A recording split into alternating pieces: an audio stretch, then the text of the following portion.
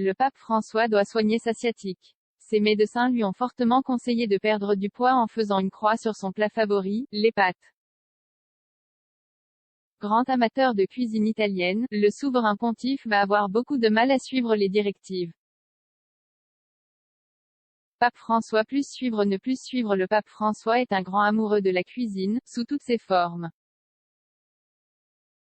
Enfant, le petit Jorge Mario Bergoglio rêvait de devenir boucher. En grandissant, il a gardé l'amour des produits du terroir et fait des études dans le domaine de la chimie alimentaire.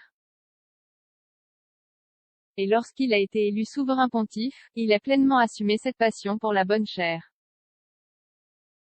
Le plaisir de manger sert à vous maintenir en bonne santé en mangeant, tout comme le plaisir sexuel est fait pour rendre plus beau l'amour et garantir la perpétuation de l'espèce, a-t-il déclaré dans le livre Terra Futura.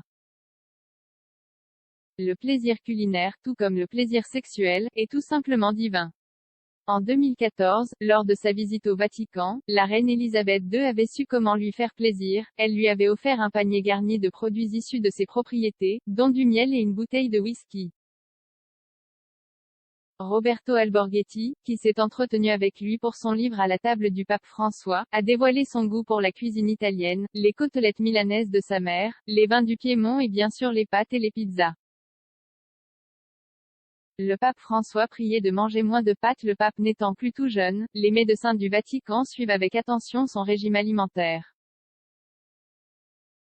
Cela fait plusieurs années que le souverain pontife, qui a aujourd'hui 84 ans, souffre d'une sciatique.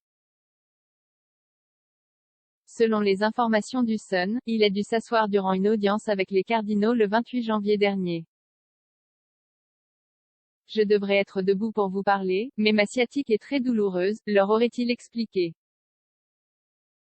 Alors si cela ne vous dérange pas, et je vous demande pardon, je m'adresserai à vous assis. Afin d'apaiser sa sciatique, les médecins auraient préconisé au pape François de perdre 8 kilos. Il serait désormais prié de manger en priorité des fruits, des légumes, du poisson et des petits bols de riz. En revanche, c'est fini pour les gâteaux, les pâtes et les pizzas. Mais le pape risque sans doute de continuer à en manger quand même.